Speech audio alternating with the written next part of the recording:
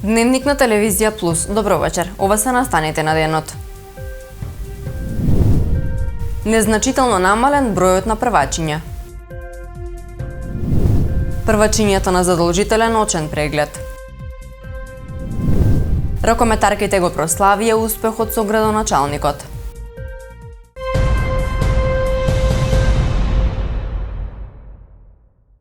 Во текот на мај месец запишани се 921 ученик во прво одделение, но конечната бројка ќе се знае на почетокот на новата учебна година, информираа денеска надлежните. Освен во централните градски училишта, браќа Миладиновци и Крсте Мисирков, голем интерес за запишување на првачиња има и за училиштата Кочо Рацин, Христијан Карпош и Магдалена Антова.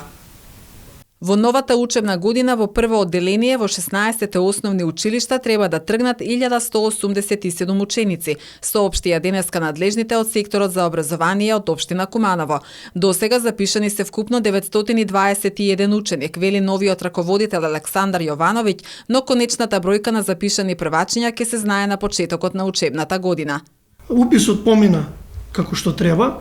Министерството оваа година стартуваше со апликација која може родителите да ја пополнат за да не одат со физичко присуство во училиштата. Училиштата пријавија оваа бројка, меѓутоа очекуваат дел од родителите кои се моментално на привремена работа, дел родители кои се неинформирани за да се заврши уписот како што треба за да се стартува учебната година од 1 септември како што треба.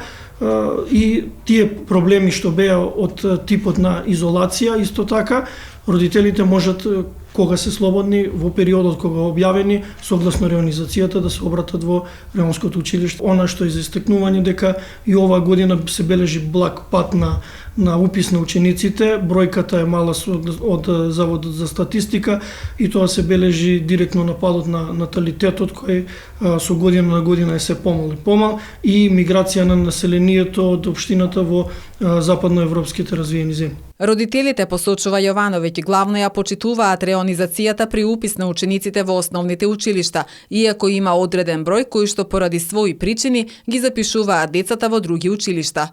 Реонизацијата е воведена согласно новиот закон кој стартуваше минатата година. Генерално се почитува, тоест во родителот доколку има намера или променета адреса на живење, мора да се обрати до своето реонско училиште, каде што мора да добие согласност дека тоа училиште дозволува да биде запишано во другиот реон и тогаш училиштето кое го прима училиштето, а пред се тоа училиште кое прима ученици мора да има слободни место и да издаде согласност дека тоа училиште има слободни места за упис во училиштата, така да тоа се работи интерно помеѓу родителите и училиштата, нормално со одредена причина, а причината е, како што наведов, промена на адреса на живење надвор од реонското училиште во кое е обврзник родителот, тоест ученикот. Како и претходните години, освен за централните градски училишта браќа Миладиновци и Крсте Мисирков, голем интерес за запишување на првачињата има и за училиштата Кочо Рацин, Христијан Карпош, Магдалена Антова, посочува раководителот. Инаку согласно новиот закон, бројката на учениците во една паралелка може да се движи од 20 до 30, а доколку училиштето сака да запише помалку од 20 ученици во една паралелка, за тоа треба да побара согласност од основачот, односно од Советот на општина Куманово, потенцира раководителот на секторот за образование.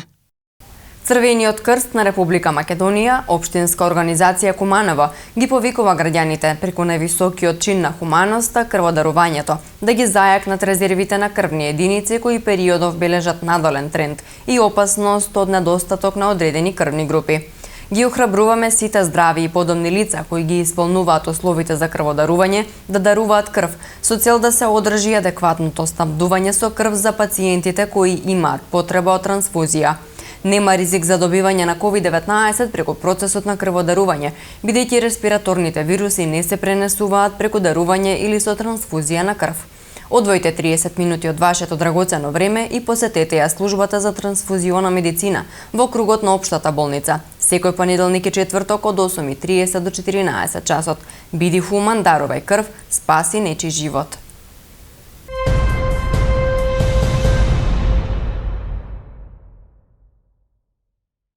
Дечињата кои годинава ќе се запишат во прво оделение согласно новиот закон за основно образование имаат обврска во училиштата да достават документ за извршен офталмолошки преглед. Очните лекари ја поздравуваат одлуката, потенцирајќи дека е клучно дечињата да бидат прегледани до 5 годишна возраст. На тој начин, велат, може да се спречат сериозни очни заболувања. Навремен офталмолошки преглед кај дечињата е клучен при лекувањето на очните заболувања. Лекарите ја поздравуваат новата законска одлука, според која сите првачиња за да се запишат на училиште мора да поседуваат документ од извршен очен преглед. На тој начин, велат, ќе се спречи амблиопијата, односно слабовидноста со која во повеќето случаи е зафатено само едното око, но може да биде и на двете. Амблиопијата или слабовидоста, како еден од факторите за намалена видна острина кај популацијата до 45 години е на водечка позиција. Значи пред повредите како фактор на намалена видна острина, пред други заболувања на очите. Што значи многу битен момент, многу битна појава на која треба да и се обрне внимание. Најчесто амблиопијата е нешто што не може да се примети во секојдневната пракса. Значи, тоа се луѓе кои секојдневно нормално функционираат, без обзира што кај нив недостасува стереовидот, што ние викаме, тој длабинскиот вид, сепак они нормално функционираат. Се лимитирани во некои професии, меѓутоа, тоа како околина не може да се примети. Што сакам да кажам? Дека најбитно за амблиопијата, најбитна работа е навремена детекција. Навремена детекција преглед до 5 годишна возраст. Офталмолозите објаснуваат дека родителите не се информирани за ова очно заболување, па избегнуваат дечињата да ги носат на преглед. Многу од нив доаѓаат по смисла дека ете им треба уште еден документ за да се го запишат детето на училиште, некои не го дуваат затоа што суштината не ја разбираат.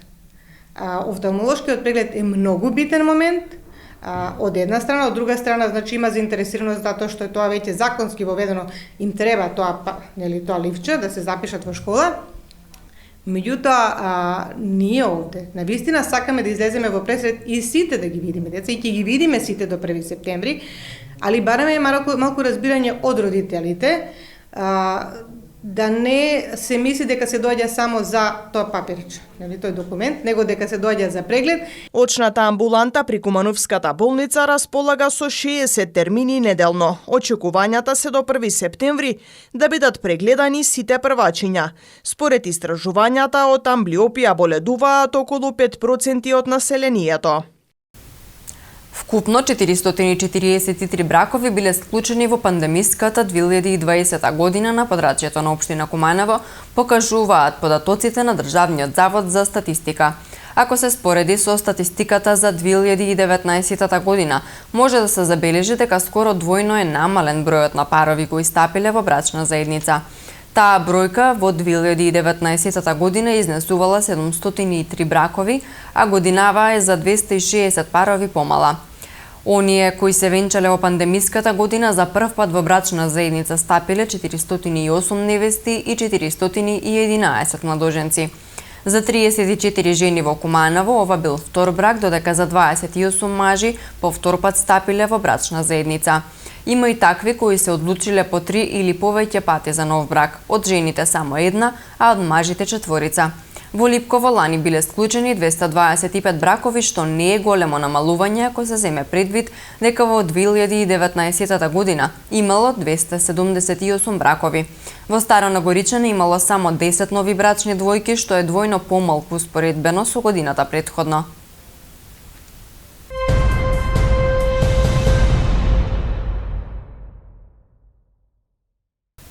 Се грижиме за економијата и граѓаните кои се погодени од корона кризата, истакна на денешната пресконференција советничката од СДСМ Ана Ангеловска. Владата предводена од СДСМ продолжува со политиките за поддршка на граѓаните и економијата за време на пандемијата. Обезбедени се нови 180 милиони евра финансиска поддршка за надминување на кризата, од кои 80 милиони се од Европската Унија за фискален стимул за стопанството и 100 милиони евра од Европската инвестициона банка за ефтини кредити за мали и средни предпријатија. Истакна на денешната пресконференција Ана Ангеловска, советничка во Советот на општина Куманово од СДСМ. Вчера беше префрлена и втората транша во износ од 80 милиони евра, од вкупно 160 милиони евра макрофинансиска помош од Европската Унија за надминување на кризата предизвикана од коронавирусот.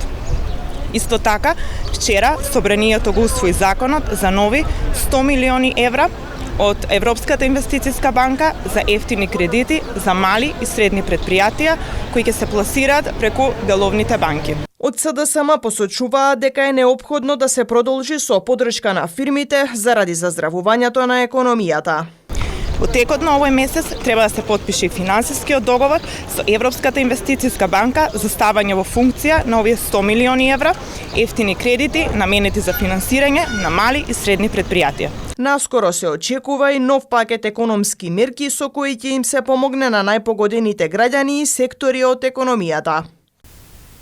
Општина Куманово потпиша меморандум за соработка со Центарот за интеркултурен диалог. Целта на меморандумот е да се воспостави соработка, комуникација и пракса на јакнење на младинското јадро, организирање на активности и проекти од интерес и значење за младите, развој на младинските политики и унапредување на статусот и положбата на младите во општината и во државата, информираше на Facebook првиот човек на Куманово. Овој документ ја одразува волјата и подготвеноста на двете страни за заедничка реализација на активности и делување во областите кои се од интерес за младите, младинската инфраструктура и унапредување на заедничката соработка.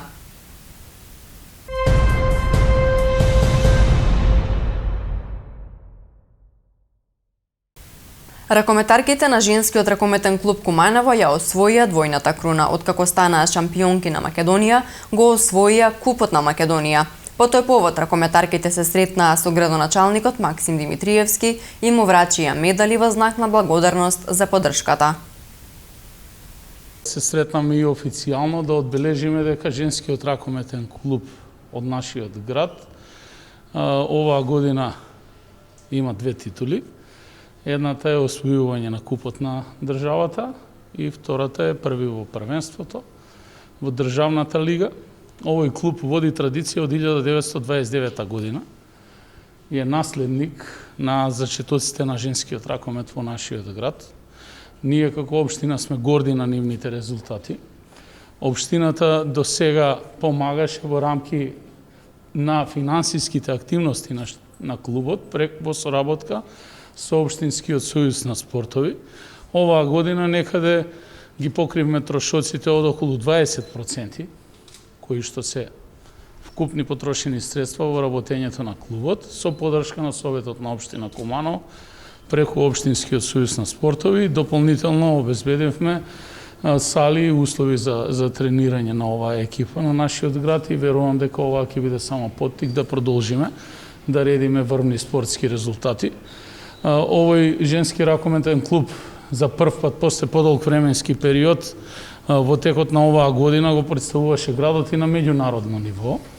Квалитетот на лигата таму е малку поинаков, но сепак достоинствено се покажавме дека знаеме да се бориме и со светските сили во ракометот. Сакам да им честитам на сите играчи на ЖРК Куманово и стручниот штаб кои се најзаслужни за овие титули.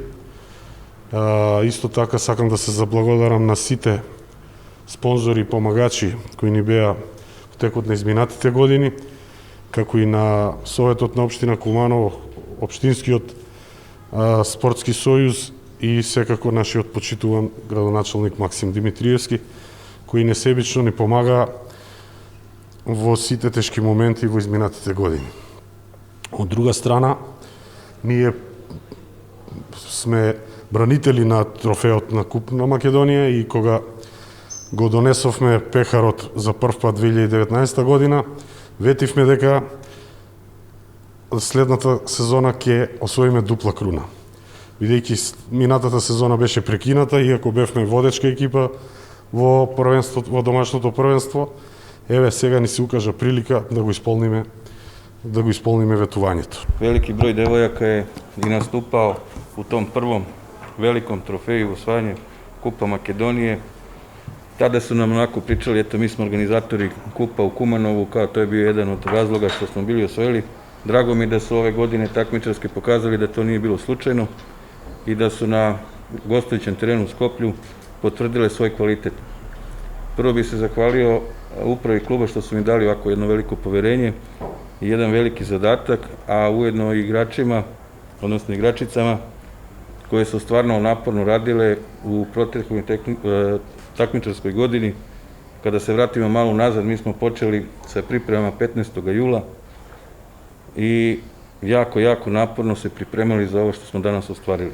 Ja im se, zaboravio sam da kažem stručni štab koji je stvarno sa mnom jako puno radio i to su sigurno perspektivni treneri koji će sigurno nastaviti tamo gde smo mi stali i gde u nekom narednom periodu imaju ovako jedne visoke ciljeve i da nadam se da će ih i ostvarivati. Ви благодарам што бевте цело време со нас. Горда сум што сум од еден ваков колектив. Ми представува чест и задоволство. Еве, ние го скршивме мразот, се запишавме први во историјата со освоено куп и првенство, па се надам дека вакви успеси ќе продолжат не само во ракометот, туку и во другите спортови. Задоволство ми е што сум дел од овој клуб, веќе 10 години можеби, и ми е многу мило што успеав да стигнам до дупла круна и 2 освоени купа. Мислам дека многу напорно работевме сите овие години. Тренерите, целиот стручен штаб, општината, сите ни пружија многу голема помош и без нив сигурно немаше да стигнеме до овој дел. Многу сум благодарна за сите успеси, за целата игра што ја пруживме оваа сезона и мислам дека се покажавме во најдобро светло. Државната изборна комисија објави нов тендер за набавка на апарати за отпечаток од прст, кои ќе треба да се користат за предстојните локални избори на есен. Во спецификацијата на огласот се наведува дека се бара интегриран систем за биометриска идентификација на гласачите, а вредноста за набавката изнесува околу 12 милиони евра. Крајниот рок до кога треба да се достават понудите е 1 јули. Председателот на Државната изборна комисија Александар Даштевски изјави дека нема да има одлагање на локалните избори. Постапката за набавка на апаратите за отпечаток од прст започна во мај, но претходниот тендер беше поништен во петокот, откако ДИК забележале грешки во спецификацијата.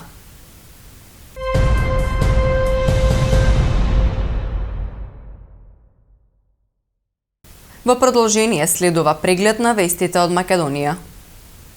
Движење без маски на отворено, организирање свадби, веселби на отворен простор, летни тераси до максимум 100 лица, но и присуство на публика на спортски надпревари што се одржуваат на отворено до 30% од вкупниот капацитет на посетители. Тоа се дел од измените на рестриктивните мерки што ги усвои владата вчера на седница по намалувањето на бројот на новозаболените од COVID-19. Со ова се укинува мерката носење на заштитна маска на отворено, освен кога лицата се во поголема група. Останува на важност мерката за задолжително носење заштитна маска во јавен превоз, такси превоз и во сите затворени простории. Новите протоколи дозволуваат присуство на публика на спортски надпревари кои се одржуваат на отворено до 30% од вкупниот капацитет на посетители, со задолжително почитување на растојание помеѓу посетителите. Се укинува мерката за забрана за групирање на јавен простор на не повеќе од 4 лица. Дозволено е и организирање на свадби, прослави, веселби на отворен простор, летни тераси до максимум 100 лица, но не повеќе од 50% од капацитетот на просторот, со обезбедување на препорачаната дистанца помеѓу лицата. Присуство на музичари е дозволено само при организирање на свадби, а согласно соодветен протокол. Исто така зголемен е и бројот на лицата на една маса во угостителските објекти, поточно од 4 на 6 лица со обезбедување на препорачаната дистанца меѓу лицата на масата. Се препорачува укинување на мерката за работа во смени и од далечина, а мерката полициски час продолжува да важи до 15 јуни. На 5 јуни започнува полагањето на државната матура за над 15.000 матуранти. Учениците од завршната 4-та година во средното образование ќе го полагаат првиот екстерен испит по предметот мајчин јазик, како еден од 4-те, 2 екстерни и 2 интерни предмети во рамки на концептот за полагање матура годинава, договорен помеѓу надлежните институции и представниците на средношколските организации, а кој, како и досега, предвидува изработка на проектна задача. По овој повод, министерката за образование и наука Мила Царовска денес беше во посета на Државниот испитен центар, кој е одговорен за организација на целиот процес, каде со раководството разговараше околу текот на подготвителните активности, известува Министерството за образование и наука. Таа додаде дека од страна на раководството на Државниот испитен центар е информирана дека сите подготвителни активности предвидени со планот за организирање на државната матура се спроведени и врз основа на тоа очекува процесот успешно да се реализира. Во текот на изминатото деноноќе, според статистиката на Министерството за внатрешни работи, по однос на уредбата за задолжително носење заштита на лицето, евидентирано е дека на ниво на секторот за внатрешни работи Куманово 11 лица не ја почитувале, од кои во Куманово 5, во Крива Паланка 20 и во Кратово 4 лица. За истите ќе следуваат соодветни мерки. Во истиот период 2 лица не ја почитувале забраната за движење.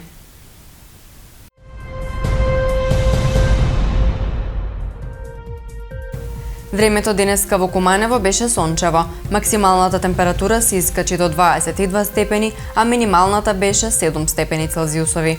За утре метеоролозите најавуваат сончево време со дневна температура од 23 и утринска од 8 степени Целзиусови.